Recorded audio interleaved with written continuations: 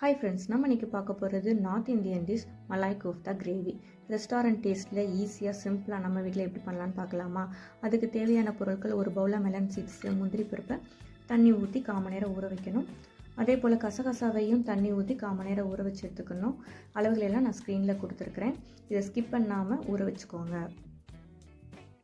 ஒரு பவுலில் 200 ml தண்ணி ஊற்றிட்டு பல்லாரி வெங்காயம் 2, ஒரு பச்சை மிளகாய், ஒரு துண்டு இஞ்சி, 3 வெள்ளைப்பூடு, பிரியாணி இலை, நம்ம ஊற வச்ச முந்திரி பருப்பு, மெலன் சீட்ஸு, கசகசாவை தனியாக எடுத்து வச்சுக்கணும். 1/2 டீஸ்பூன் உப்பு, 1/2 டீஸ்பூன் மஞ்சள் போட்டு 15 நிமிஷங்கள் வேக வச்சு எடுக்கணும். 15 நிமிஷம் கழித்து தண்ணி ஃபில்ட்ரு பண்ணிவிட்டு பிரியாணி இலையை எடுத்துகிட்டு ஆறுனதுக்கப்புறம் மிக்ஸி ஜாரில் நம்ம கசகசா ஊற வச்சுக்கணும், அதையும் இது கூட போட்டு நல்லா பேஸ்ட்டாக க்ரீமியாக அரைச்சி எடுத்து வச்சுக்கணும். இப்போ கோஃப்தா பால்ஸ் செஞ்சிடலாம். இதுக்கு அளவுகளையெல்லாம் நான் ஸ்க்ரீனில் கொடுத்துருக்குறேன். பன்னீரை நல்லா இந்த மாதிரி ஸ்மாஷ் பண்ணி எடுத்துக்கோங்க. வேக வச்சு உருளைக்கிழங்கு இது கூட போட்டு நல்லா உதுத்தி எடுத்துக்கணும். இந்த மாதிரி ரெசிபிஸ் பார்க்கணுன்னு நம்மளோட சேனலை சப்ஸ்கிரைப் பண்ணிக்கோங்க. பக்கத்தில் இருக்க பெல் ஐக்கானையும் கிளிக் பண்ணிக்கோங்க. அளவுகளெல்லாம் ஸ்க்ரீனில் கொடுத்துருக்கேன். இந்த மாதிரி எல்லாத்தையும் மிக்ஸ் பண்ணிவிட்டு கார்ன்ஃப்ளவர் ஆட் பண்ணிக்கோங்க. அதுதான் நல்லா கிறிஸ்பியாக இருக்கும் நம்ம பொரிச்சதுக்கப்புறம். கையில் ஒட்டுற மாதிரி இருக்குன்னா கூட கொஞ்சம் கார்ன்ஃப்ளவரும் மைதாவும் ஆட் பண்ணிக்கோங்க. இந்த மாதிரி குட்டி குட்டி பால்ஸாக எடுத்துகிட்டு எண்ணெயில் நல்லா பொரித்து எடுத்துக்கலாம். நீங்கள் குழந்தைங்களுக்கு இதை ஈவினிங் ஸ்நாக்ஸாக கூட கொடுக்கலாம், நல்லா டேஸ்ட்டாகவும் இருக்கும்.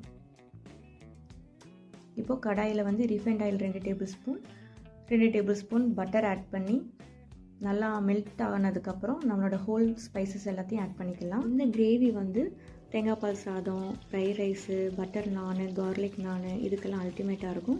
கண்டிப்பாக ட்ரை பண்ணி பாருங்கள்.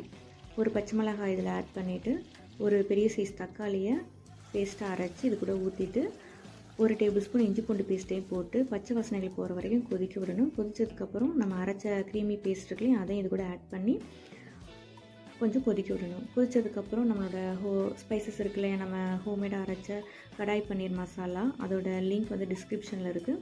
ஏற்கனவே இதோட வீடியோ நம்ம போட்டுட்டோம், செக் பண்ணுங்கள்.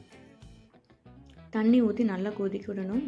கொதிக்க நல்லா க்ரீமியாக வந்துடும். அதனால் தண்ணி ஊற்றி கொஞ்சம் கொதிக்க விட்டுக்கோங்க. உப்பு டேஸ்ட்டு பார்த்து ஆட் பண்ணிக்கோங்க.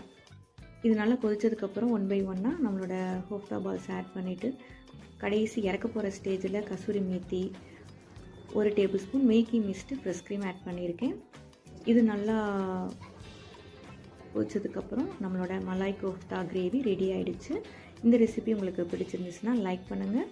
தேங்க்யூ.